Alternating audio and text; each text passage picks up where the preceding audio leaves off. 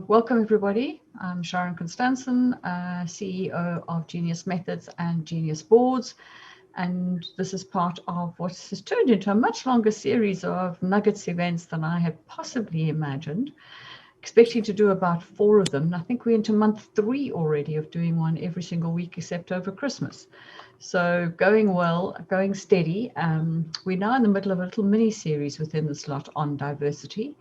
We started off first of all with diversity management, and when it comes to looking at the violin in the picture of the image you can see at the moment, I'm going to explain in our next working session just after Easter why I've put musical instruments in there and the correlation between an orchestra and a board. But we'll do that as a whole lesson within its whole session within itself.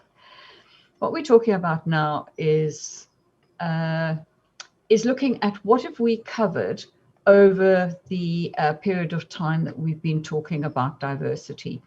So we started off with the whole list. We were going to cover it over 3 weeks. I think we might run into a 4th, but let's see how we go after Easter. And it's making sure that we're looking at the various different kinds of diversities. And ultimately, our last session will be a session on its own on leadership of diversity. So that is an important purpose, is how do we as leaders embrace diversity in an authentic manner? Do we make sure that we don't make micro mistakes without even realizing what we're doing? And the closest way to relate that sort of micro mistake is I was speaking to somebody this morning. He said, "Oh my goodness, that sounded patronizing." He said, "Oh, well done." He said, "Oh, that really did sound patronizing." As somebody who's not in a position to have congratulated me for what I had done. So it wasn't a senior person. And the way he did it, he said, "Yeah, that actually didn't come across quite the way I meant it." And that's the kind of thing we tend to do in diversity environments. And it's totally subconscious. We don't realize what we're doing. So I also want to make it mindful to us in the next session on how we don't make those kind of mistakes. The areas that we followed last week that we spent some time on was gender diversity, and we spent some time on ethnic diversity, which was the 2 critical ones we were looking at. They're very visible, we can see them, and culturally we are used to them and we know that they are there. What we've got to do is make sure we don't have the bias that impacts the way we behave in this space. What we also did is we covered some ground around the non-visible and the less obvious diversities that do exist as well, and making sure that we are mindful of those, because these are the ones that will actually trip us up more often, are those ones, because we're not aware of them as consciously. We might not watch our language as consciously, and anything through body language, eye contact, influence of bias, the way we might speak, we can hurt these people without even intending. We also looked at the code and the review drivers that are going through our codes, our guidances that are actually driving this kind of change and putting it into a better place. We also looked at the FTSE 100 and the board of BP in specifics in terms of their gender diversity. So we just picked one and said, okay, what impact does that have in terms of gender in that environment? And we also looked at the balanced scorecard of Africa's top countries in the 4 quadrants of Africa, and how well they are not, in many cases, coping with the gender diversity issue on their side. So let's just recap.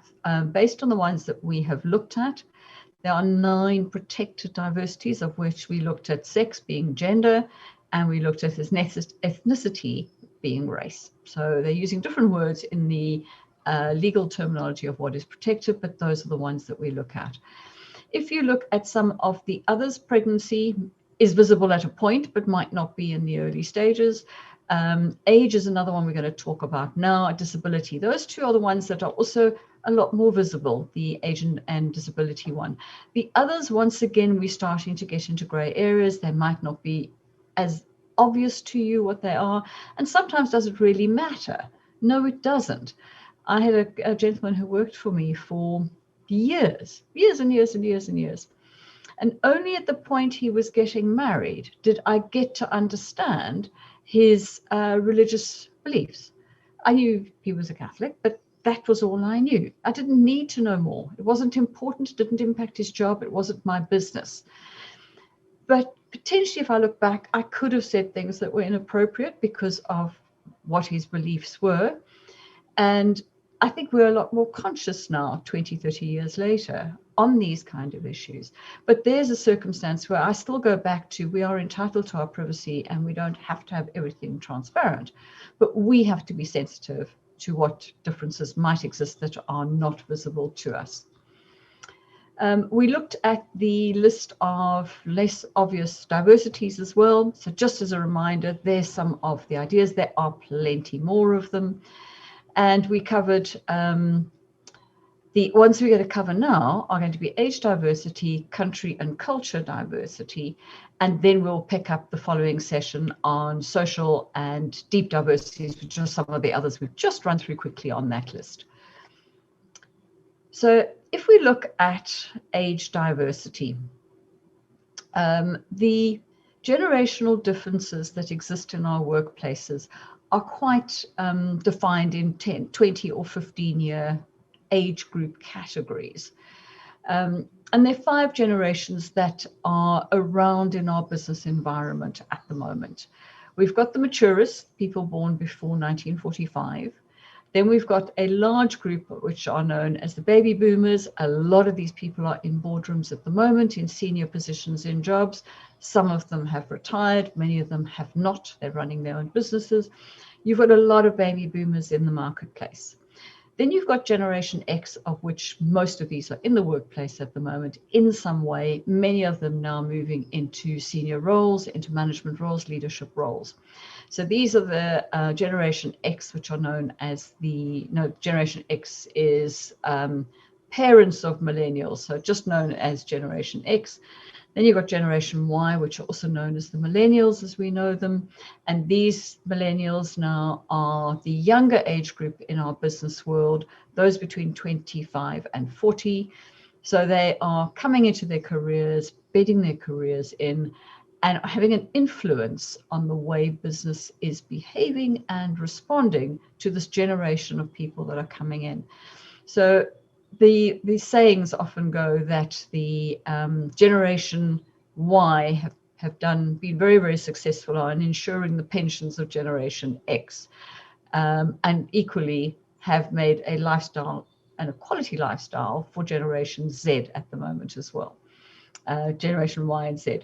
So the things that we need to look at that will define some of the behaviors and the ways in which you're going to interact with the different age groups.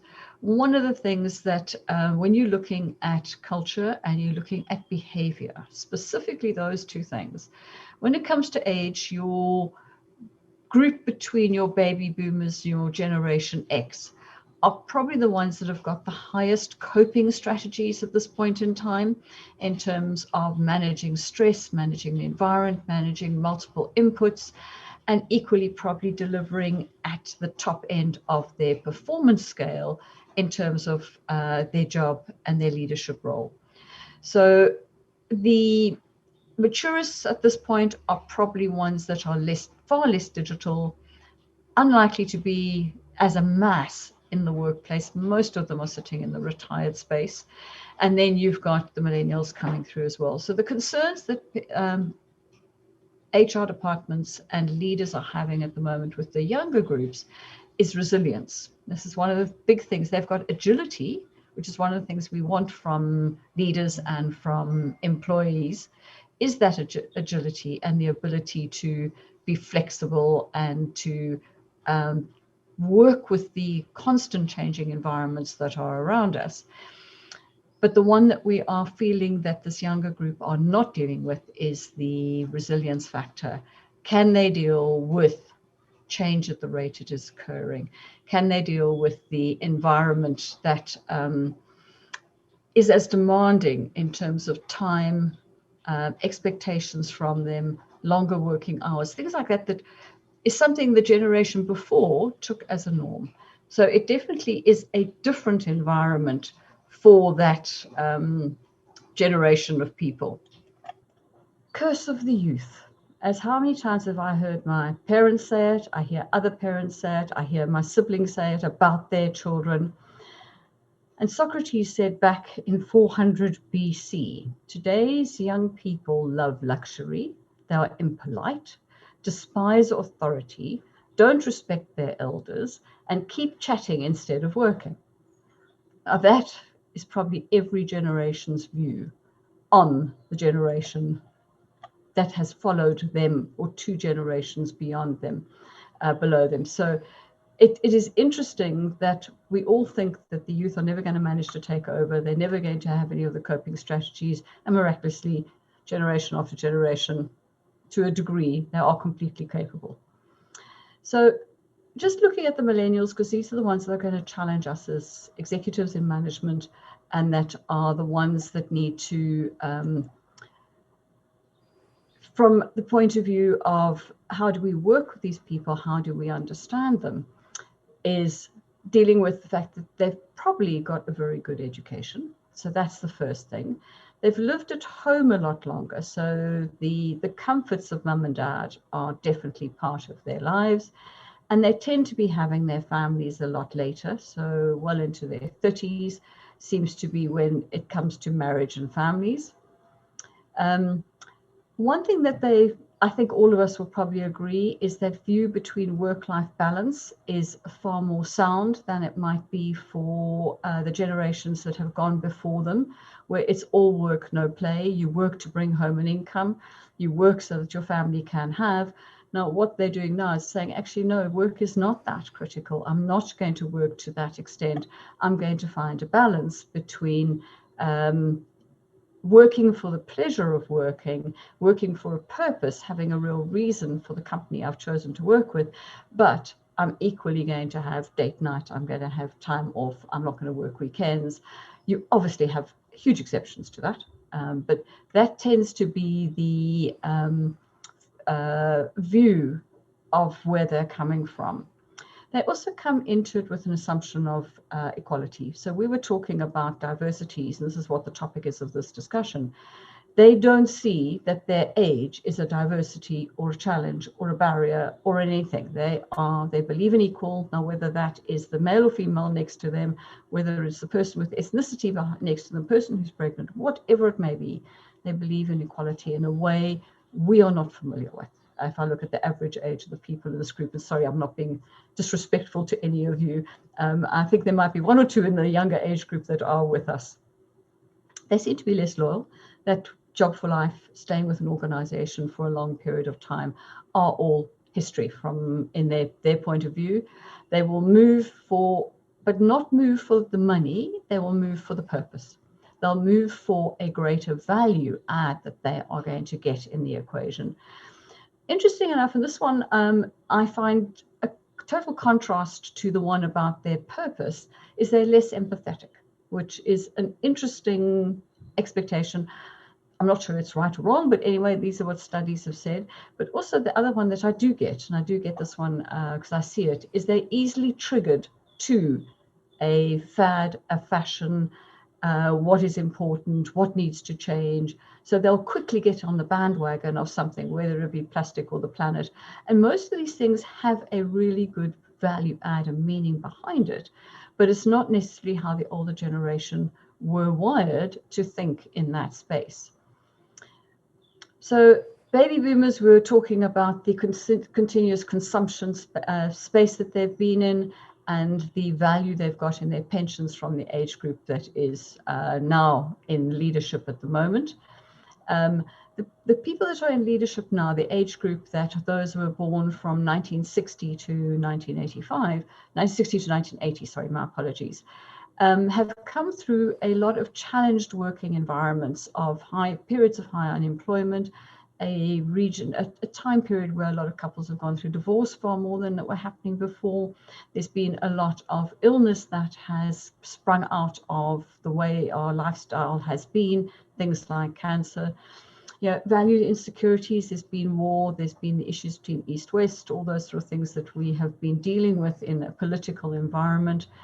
And then you've got the religious tensions that have occurred from a worldwide point of view. So what they're saying is this group of people that are age 60 to 80 have had quite a challenging time growing up and being in business. And now you have the millennials, who are the next age group down, who accept that there's a legacy. It's there, but they're not really interested in it. They are very digitally savvy. It's natural. You give an iPad to a young child now, it's quite fascinating watching them. If I'd given me an iPad before, I wouldn't have known what to do with it. They swipe and move and tap and things like we do on our phones, totally instinctively. And this group feel that they can act and react to the environment. So they are not as controlled or as measured or as considered. If they're angry, they will just get angry. So and how do you deal with that demand to not control and be conservative in behavior? So it is very, very different to the natural instinct that we have of controlling that environment. They connect with anybody they want to. So they will send Bill Gates a message and say, I want to connect with you. We couldn't do that 30 years ago. You couldn't contact who you wanted. You couldn't even write to who you wanted. GDPR, though, does challenge us wanting to be able to do those things. They can reach a much wider audience, as we do now today. You can, by just going into LinkedIn, you can reach a wide audience, you can get influence, you can get responses, you can engage with people in a way you just couldn't do 20 years ago even. For them, status is very different. We used to look at status as house and car. Now it might be how many followers you've got, or how many websites you've got, or how many new businesses you've started, or money in the bank. Yes, that I think to a certain extent is it in certain aspects. They value things that happen right now. There is no time and space for waiting for tomorrow or for next minute. And if you send somebody a WhatsApp and you don't get a response and a blue tick within a split second and see the word typing, you think they're not listening, they're not there, they're not available. And there's some immediate challenges in that space. They are hugely into the green economy, the green agenda, the saving the planet, climate change. And that is a very positive force that's coming from within business. It is coming from many, many, many angles, but it's good that it's coming from within that stakeholder group that's inside many organizations as well. They make decisions. Probably to a degree, we still have the emotive aspect of making decisions, but they do have a lot more information and are a lot more autonomous in their decision making, and are happy to be different in their decision making processes as well. If you look at the next generation, we're looking at Generation Z, which is a generation that came into the world during a recession and are currently under the age of 20, not quite into the working space yet. Very unfocused, multitaskers, looking for bargains. They don't attach value to things. It's about paying as little as possible for things, getting things for free.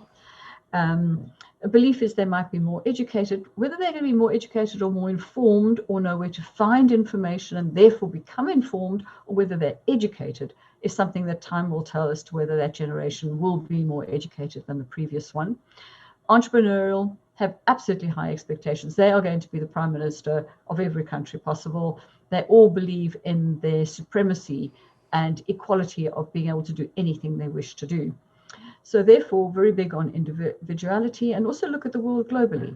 I know when I was in South Africa, we didn't look beyond South Africa. There was this huge continent of Africa ahead of us. I mean, how did you ever think beyond that space? It was very, very difficult to be able to do that. So they're more global because anything you touch, which is a piece of technology in your hand, is a global piece of technology. And they do want to make a difference in the world. And that's the big positive that this generation is bringing as well. And they are more naturally acceptance of diversities and are more diverse themselves as a group.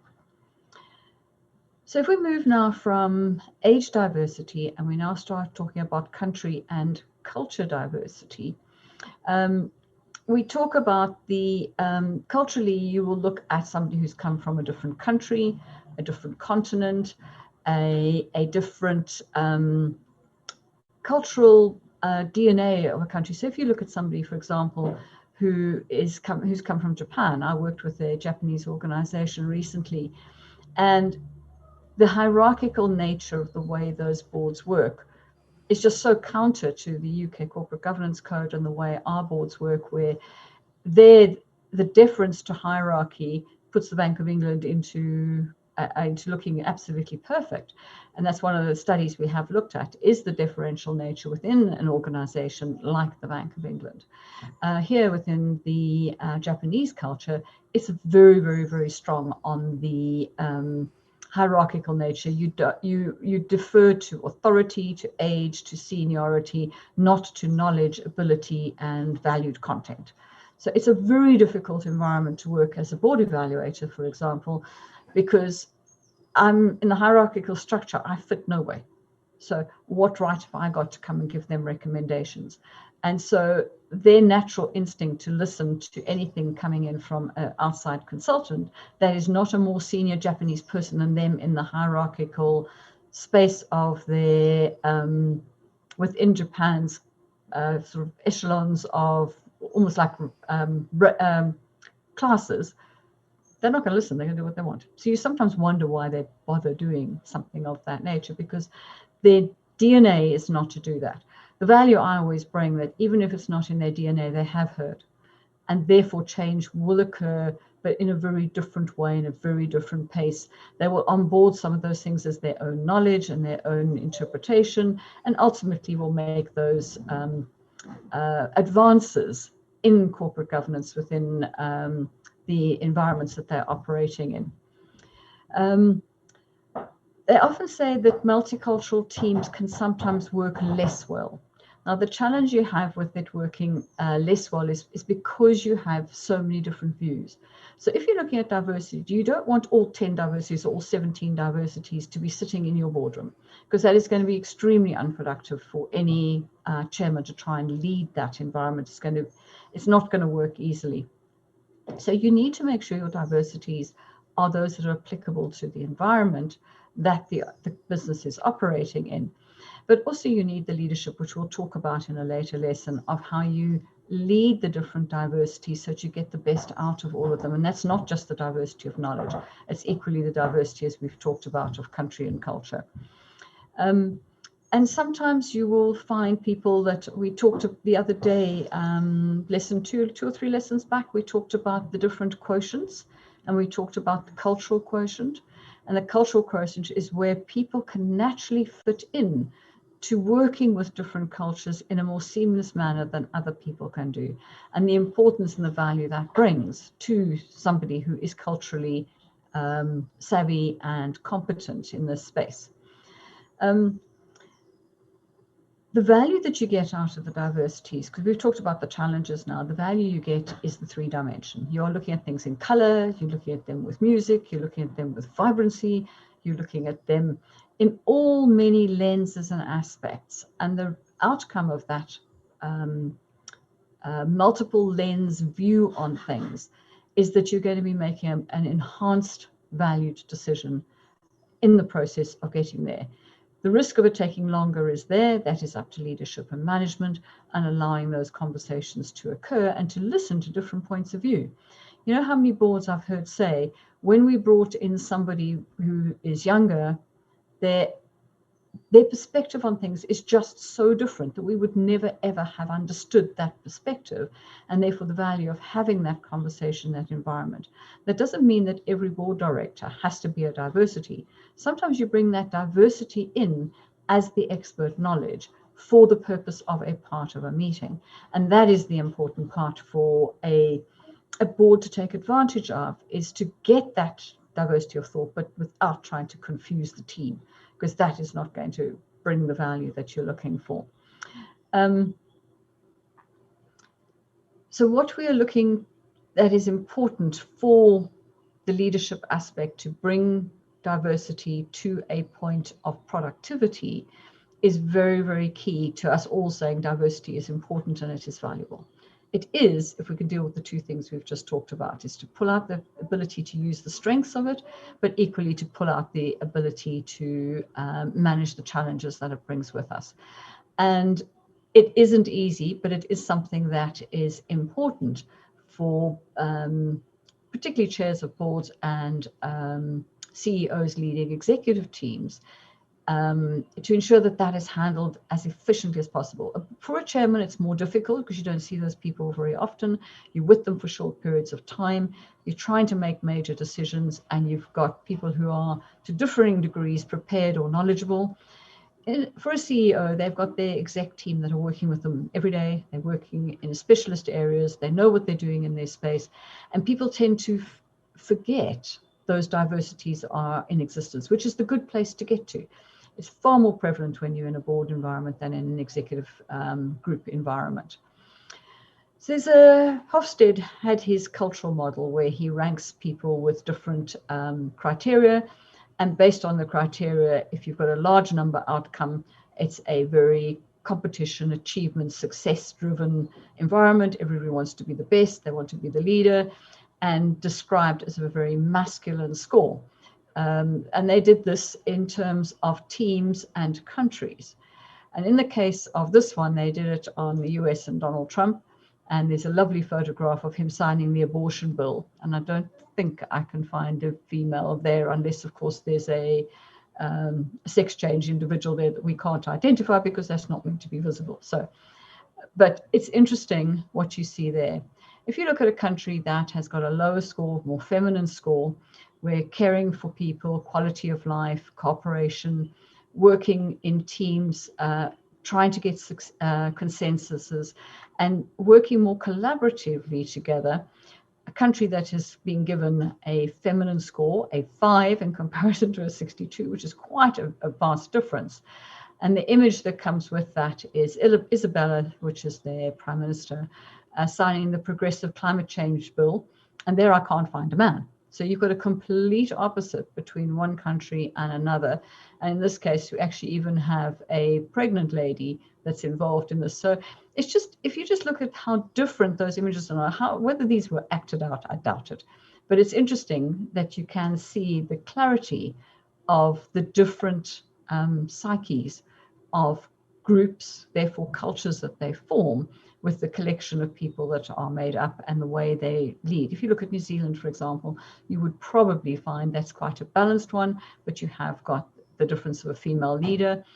It would be interesting to have done the UK score when Maggie Thatcher was leading us. I have no idea where that would have ended up. So we've covered now the age diversity, and we've looked at all the different groups of people that are in our workplace at the moment and the challenges that we are faced with as owners of businesses, leaders of departments. And we've talked about the cultural aspects of the way people behave differently. And if you take a look, quite a few of you have a South African background. If you see in the African environment, if you try and look an African in the eye, they will be uncomfortable because in their culture, that is an insult to look at you in the eye. Whereas in our culture, it's an insult not to look at somebody in the eyes because you don't look like you'll be trusted. They also have a way of putting their hand out and with the other hand pulling their sleeve up. Just a historic reason to show that there isn't a knife or poison or anything else that's up their sleeve, or that they haven't stolen anything and put it up their sleeve. There are two versions of that story. So each culture has its behavior, and it's understanding those and not doing the wrong thing as a result of that. Now, if you look at the male-female gender issue in different countries, that is creating lots of challenges because of the social societal balance between male and female, and the roles they're held are being completely turned around in many aspects, which is challenging both genders. So on the 12th of April, what we will look at is social backgrounds as a diversity, and the deep diversities, which are some of those that we just had the light touch look at as to what they are and how those are managed by the individuals and how managed by those around them. And then on the 19th of April, we'll look at opportunities, challenges, and leadership of a diverse board, and we'll use the orchestra analogy for that. I'll come back to that slide in a moment. So just to sum up for today, we have now covered why we feel we don't understand generations other than our own, and what's in the DNA that causes us to be different and therefore respectful, and to impart our legacy knowledge that we have as the generation ahead. And learn from the generation above us at all times. So we all think the generation below is less competent than we are. They're going to not make as good a job of their leadership roles. And I think all of us have to be less patronizing and recognize that they're probably going to make a damn good job, but in a different way.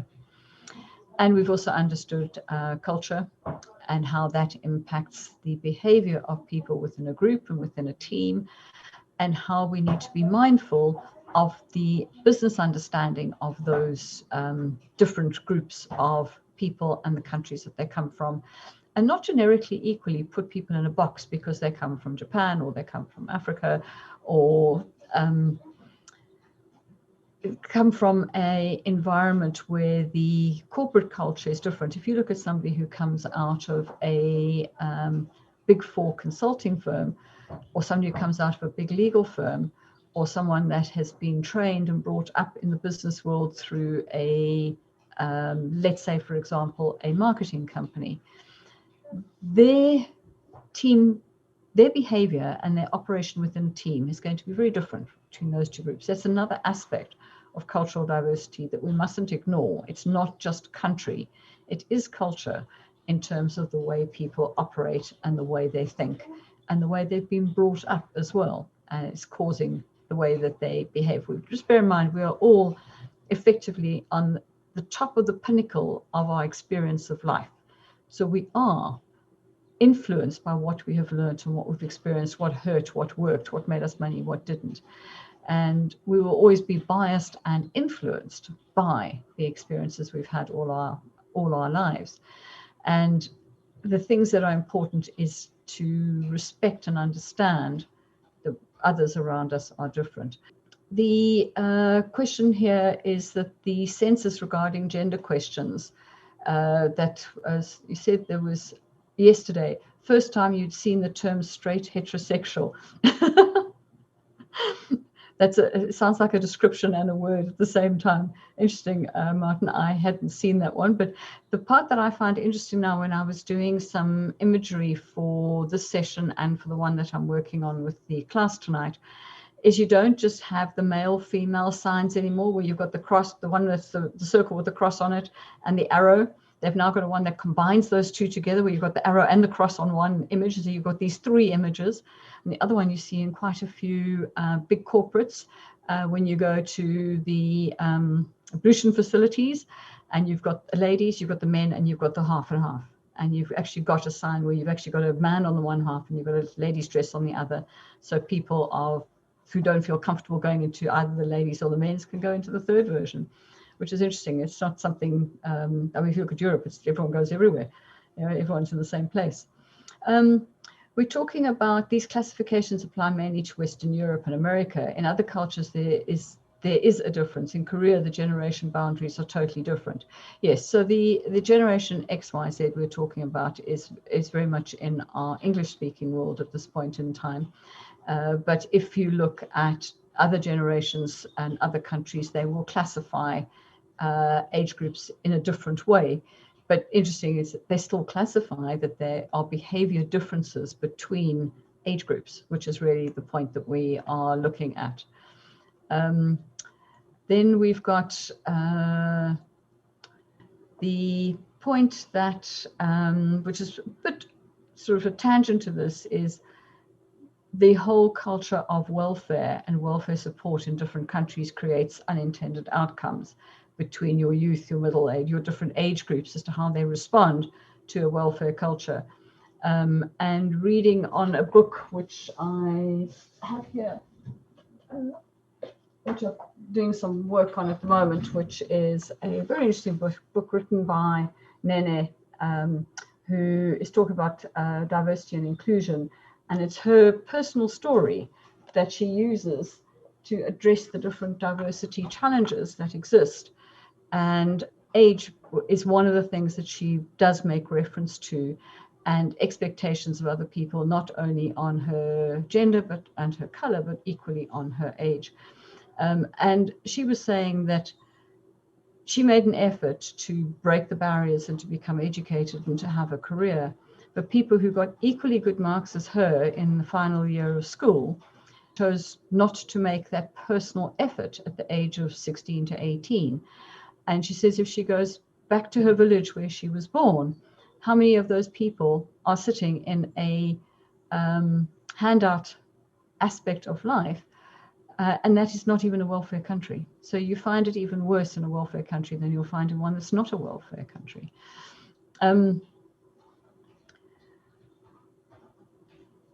There's some more information on Pasquale has given us some more information on the different groups, so we can have a look at that. The chat, you guys can all pick that one up. The other comment made here as well is because we are feeding that instantaneous behavior that people have now responded to. They expect instant information. They expect when they get information for it to be very small, bite-sized pieces. They don't expect to have to concentrate. They're not going to read a whole letter, a whole email, a blog, or anything like that. And as a result, has created a focus and attention span and brain engagement span within our youth to be even further diminished, which is absolutely, you see that if you are, by the time you get to sentence 2, they've gone somewhere in that respect. There's also the organizational culture statement is that it always trumps national culture. So yes, you've got the individuality of humans, and you will get the culture driven by the leader is probably your most powerful culture that you get within an organization. The rest either fit in or fly away. So that culture actually then perpetuates itself. The country culture is a much bigger element, far more generalized in the terms of its behavior. The correlation to the things I was saying, where partners of big accounting firms was lamenting about the young partners that are coming through the system. Those partners are now those people. So it's people do evolve, they do change, but it is done in a somewhat different way. But I think we all have to respect not being so patronizing about our youngers, or so judgmental actually, that they are not going to be able to achieve what we did. But they'll probably achieve more in different ways. Any questions? If you want to take your mic off, you can ask any questions before we drop off the call.